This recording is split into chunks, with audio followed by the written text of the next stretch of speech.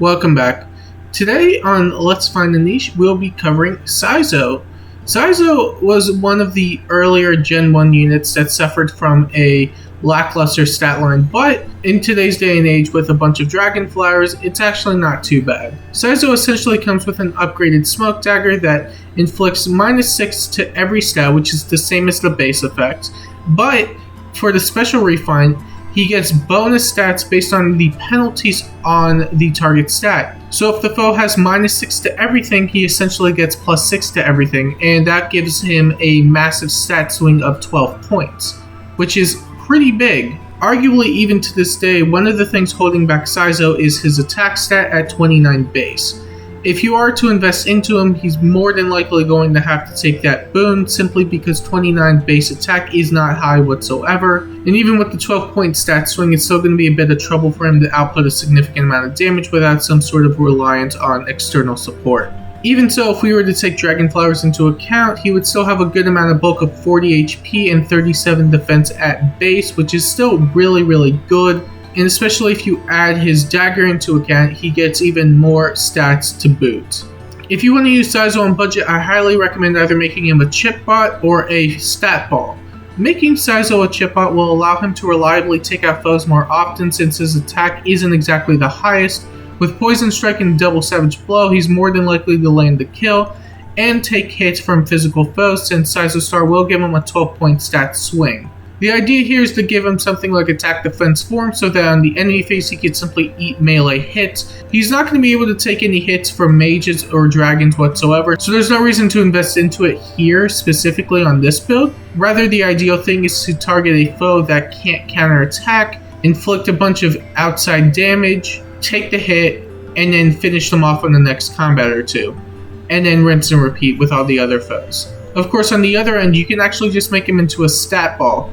With Saizo Star, Attack Res Link, and Rouse Speed Defense, he should be able to get a stat swing of 18 points, which is pretty big.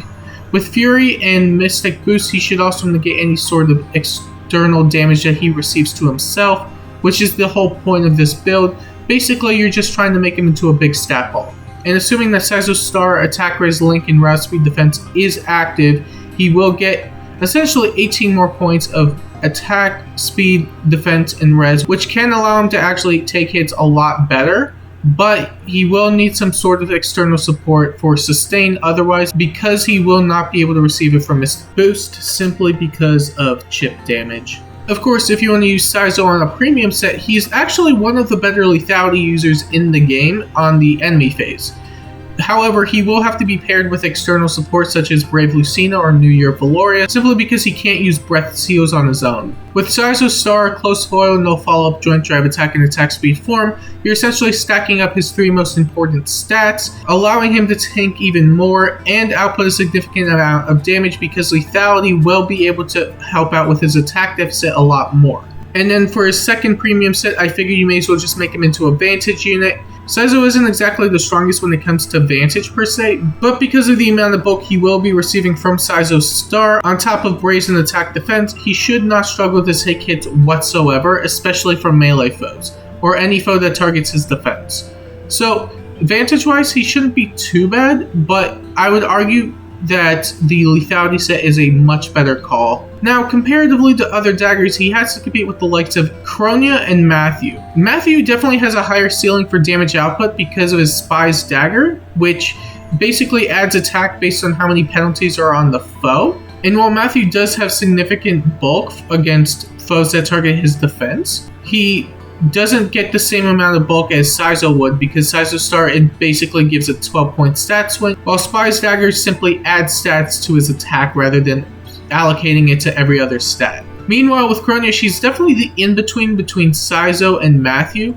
Kronia definitely falls in line with having bulk and damage output, but doesn't necessarily excel in both. The reason she's here is mainly because she can Vantage at 100%, which is pretty significant, because she's going to be able to output a good amount of damage against foes that are already damaged. It's not guaranteed to always work, but her ceiling for damage output is going to be better than Saizo's, but her survivability is going to be significantly weaker than Saizo's in comparison.